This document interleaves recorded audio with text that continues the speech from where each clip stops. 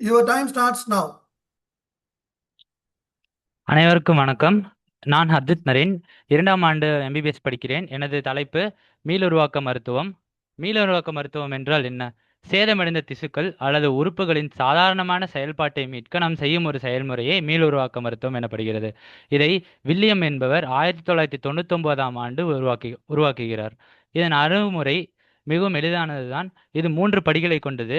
முதல் படியில் செல்கள் பிரித்தெடுக்கப்படுகின்றன. இரண்டாவது படியில் செல்களில் நமக்கு தேவையான மாற்றங்களை செய்யப்பட்டு அவை பெருக்கப்படுகின்றன. மூன்றாவதாக நோயாளிகளுக்கு தந்து அதன் மூலம் சிகிச்சை அளிக்கப்படுகிறது. இந்த மீளுருவாக்க மருத்துவம் என்பது ஒரு சிறிய துறை அல்ல.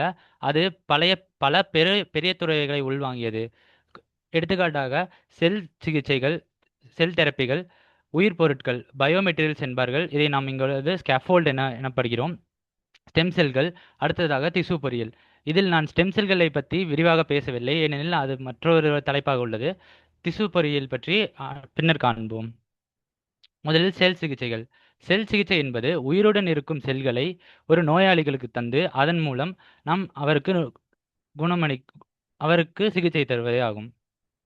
இந்த இந்த செல் சிகிச்சைக்கு தேவையான செல்களை நாம் வெவ்வேறு இடங்களிலிருந்து எடுக்கலாம். முதலில் ஜைகோட்டில் இருந்து இன்னர் செல் மாஸ், அங்கிருந்து நாம் எம்பிரியோனிக் ஸ்டெம் செல்கள் எடுக்கலாம். முளைய குருத்தணுக்களை எடுக்க முடியும். அடுத்ததாக அம்னியோட்டிக் ஃப்ளூவிட்லிருந்து நாம் குருத்தணுக்களை எடுக்க முடியும். அம்னியோட்டிக் ஃப்ளூவிட்லிருந்து அம்னியோட் சென்டசிஸ் அல்லது குரோனிக் வெள்ளை சாம்பிளிங் மூலம் எடுக்கலாம். அடுத்ததாக பயாப்சி செய்து நம் உடம்பிலிருந்து நாமே செல்களை எடுக்கலாம். அதை அடல்ட் ஸ்டெம் செல்கள் எனப்படுவோம். முதிர்ந்த குருத்தணுக்கள் எனப்படுவோம். அடுத்ததாக நம் தோலிலிருந்து செல்களை எடுத்து அந்த செல்களில் சில ஜீன்களை மாற்றுவது மூலம் அதையும் நாம் செல் சிகிச்சைக்கு பயன்படுத்திக் கொள்ள முடியும். சில செல் வகைகளை நன்மைகள் தீமைகள் பற்றி காண்போம். உடலிலிருந்து வேறுபடுத்தப்பட்ட செல்கள், டிஃபரன்ஷியேட்டட் எண்டோஜீனியஸ் செல்ஸ். இதன் நன்மைகள் என்று பார்க்கும் பொழுது இதற்கு திசு மறுத்தளிப்பு இல்லை, ஏனெனில் இவை நம் உடம்பில் இருந்து எடுத்து நமக்கே செலுத்தப்படுவதால் இதில் திசு மறுத்தளிப்பு இல்லை. குறைந்த அலர்ச்சி எதிர்வினையை உண்டாக்கும். இது குறுகிய ஆயுள் கொண்டதாக இருப்பதால் நம் இரண்டாவது படியான செல்களில் மாற்றம் செய்யும் படியை விரைவில் செய்து முடிக்க வேண்டும், அல்லையேல் இச்செல்கள் சாவக்கூடும். முதிர்ந்த குருத்தணுக்கள், அடல் ஸ்டெம் செல்கள். இதை நாம் எலும்பு மஜ்ஜையிலிருந்து பிரித்தெடுப்போம். இதை பிரித்தெடுக்கும் வழிமுறையும் எளிதாக உள்ளது, அணுகுதலும் எளிதாக உள்ளதால் இவைகள் பெரும்பாலும் பயன்படுத்தப்படுகின்றன. இவையின் தீமைகள் என்று பார்க்கும் பொழுது இவை குறைந்த எண்ணிக்கையிலே உள்ளன. முளைய குருத்தணுக்கள், எம்பிரியானிக் ஸ்டெம் செல்ஸ். இவை வரம்பில்லா சுய புதுப்பித்தல் திறன் உடையது. பல சிறப்பு உயிரணுக்களாக இவைகள் வேறுபடும். ஆனால் இதில் இருக்கும் பிரச்சனை என்னவென்றால், இதை எடுக்கும் பொழுது அந்த சிசு சாக நேரிடலாம். அதனால் இவைகள் நெறிமுறை பிரச்சனைகளுக்கு உள்ளாக்கப்படுகின்றன. இதில் கட்டு நோய்த்தன்மையும் உள்ளது, அதாவது டியூமரோஜெனிசிட்டி. ஒரு செல் அதிகமாக வேறுபடும் பொழுது அவை ஒரு கட்டிகளாக மாறிவிடுகிறது. தூண்டப்பட்ட பன்முகவலை செல்கள், இன்டியூஸ்டு பிளூரிபட்டன் ஸ்டெம் செல். இவை இவை உருவாக்குவது எளிதாக உள்ளது, நெறிமுறை பிரச்சனைகள் எதுவும் இல்லை. ஆனால் இதுவும் அந்த டியூமரோஜெனிசிட்டியை உண்டாக்கும். அடுத்து இறுதியாக கருப்பையிலிருந்து பெற்றெடுக்கப்பட்ட செல்கள். இவைகள் அதிகமாக நாம் இவைகளின் பெருகும் திறன் அதிகமாக உள்ளது. கட்டுநோய் தன்மை எதுவும் இல்லை. நீண்ட ஆயுள் பாதுகாப்பு இருக்கிறது. இப்பொழுது நான் கருவாக இருக்கும் பொழுது எனது அம்னியோட்டிக் ஃப்ளூவிட்லிருந்து எடுக்கப்படும் அந்த ஸ்டெம் செல்களை நான் பாதுகாத்து பதப்படுத்தி வைத்திருந்தால் 20 ஆண்டுகள் கழித்தும் எனக்கு தேவைப்படும் போது அதை நான் பயன்படுத்திக் கொள்ள முடியும். அடுத்தது உயிர்ப்பொருட்கள். இவை ஒரு எக்ஸ்ட்ரா செல்லுலார் மேட்ரிக்ஸ் தான். இப்பொழுது நாம் ஒரு பாக்டீரியாவை எப்படி ஒரு மோல்டில் வளர செய்கிறோமோ அதுபோல இந்த செல்கள் வளருவதற்காக ஒரு மேட்ரிக்ஸ் தேவைப்படுகிறது. அதுதான் இந்த உயிர்ப்பொருட்கள். இது செல்களின் அமைப்பு மற்றும் செயல்பாட்டுக்கு ஆதரவாக இருக்கிறது. இவை நம் உடம்பில் மக்கும் தன்மை பெற்றுள்ளது. இது பல்வகைப்படும். அது தோற்றத்தின் அடிப்படையில் பிரிக்கப்பட்டுள்ளது. இயற்கை பொருட்கள்: collagen, fibrin, dextrin, gelatine and cellulose. செல்கள் இல்லாத திசு அமைப்புகள்: ஏசெல்லுலார் டிஷ்யூ மேட்ரிக்ஸ். அவை சிறுகுடல், சிறுநீரக கருப்பையில் இருக்கிறது. செயற்கை பாலிமர்கள்: பாலிகிளைகோலிக் அமிலம், பாலிலாக்டிக் அமிலம். திசு பொறியியல். திசு பொறியியல் என்பது செல்கள், பொறியியல் பொருட்கள், உயிர்வேதிய காரணிகள் ஆகியவற்றை இணைத்து சேதமடைந்த திசுக்களை சிகிச்சைக்குள்ளாக்கும் முறையே.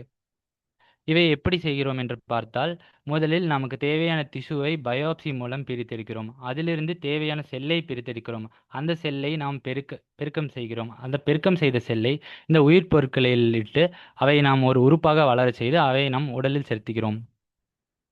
பயன்பாடுகள் என்று பார்க்கும் பொழுது இதை தோல் நோய்களில் பயன்படுத்தலாம், நீரிழிவு நோயில் பயன்படுத்தலாம், இதய நோய்களில் பயன்படுத்தலாம், சிறுநீரக பயன்படுத்தலாம். இதை பயன்படுத்தி ஒரு முழு எலும்பையே நம்மால் வளரச் செய்து மாற்றம் செய்து கொள்ள முடியும். கண் நோய்கள், கண் சார்ந்த சில நோய்களிலும் இதை பயன்படுத்தலாம். தோல் நோயில் இதை எவ்வாறு பயன்படுத்துகிறோம் என்று பார்க்கலாம். இதற்கு நான் முதலில் சொன்ன 3 படிகள் தான். முதலில் தேவையான செல்லை பிரித்தெடுக்க வேண்டும். அதன் பின் நமக்கு தேவையான மாற்றங்களை அந்த செல்லில் செய்து அச்செல்லை பெருக்க செய்ய வேண்டும். இறுதியாக அதை நாம் நோயாளிகளுக்கு தந்து சிகிச்சை தரலாம். முதலில் நாம் இங்கே பிரித்தெடுக்கும் செல்கள் கெரட்டனோசைட்கள் அல்லது இன்டியூஸ்டு ப்ளூரிபட்டன் ஸ்டெம் செல். இதிலிருந்து தான் நமக்கு தேவையான செல்லை பிரித்தெடுக்கிறோம். அடுத்ததாக அது வளருவதற்காக ஒரு மேட்ரிக்ஸ் தேவைப்படுகிறது. அதனால் உயிர் பொருட்களை நம்ம அடுத்ததாக உருவாக்குகிறோம். அ- இவை இவை இரண்டையும் நாம் பெருக்குவதன் மூலம் நமக்கு ஒரு தோல் கிடைக்கிறது. அதை வைத்து நாம் சிகிச்சை செய்யலாம். நீரிழிவு நோய், இதுக்கு நிரந்தரமான தீர்வு என்று எதுவும் இல்லை. இதில் அவதிப்படும் நோயாளிகள் பெரும்பாலும் மாத்திரையை தான் சாப்பிட்டு கொண்டிருக்கிறார்கள். ஆனால் மறு மீ இந்த ரீஜெனரேட்டிவ் மெடிசினின் மூலம் நாம் இந்த நோய்க்கு நிரந்தரமான ஒரு தீர்வை கொண்டு வர முடியும்.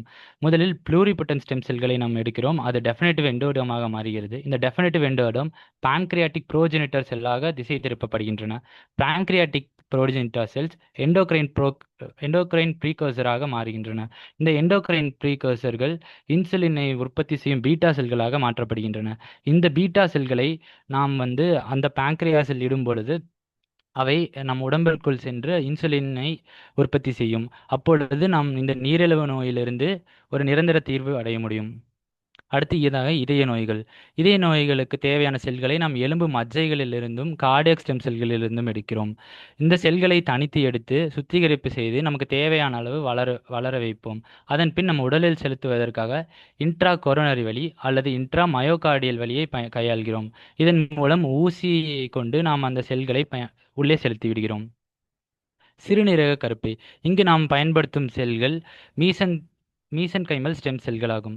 அ- அது முதல் படி. இரண்டாம் படியில் நாம் அந்த செல்களை அந்த ஸ்கேஃபோல்ட் சீடிங் செய்கிறோம். அதன் அர்த்தம் அந்த செல்களை எடுத்து அந்த உயிர் பொருட்களுடன் சேர்த்து நாம் அதை வளரச் செய்கிறோம். அதில் நம்மால் அந்த யூரோத்தீலியத்தை மீளுருவாக்கம் செய்ய முடியும். இதனால் நம் சிறுநீரக கருப்பையில் இருக்கும் நோயை குணப்படுத்தலாம். அடுத்து கண்ணில் நாம் லிம்பிக் தண்ட செல்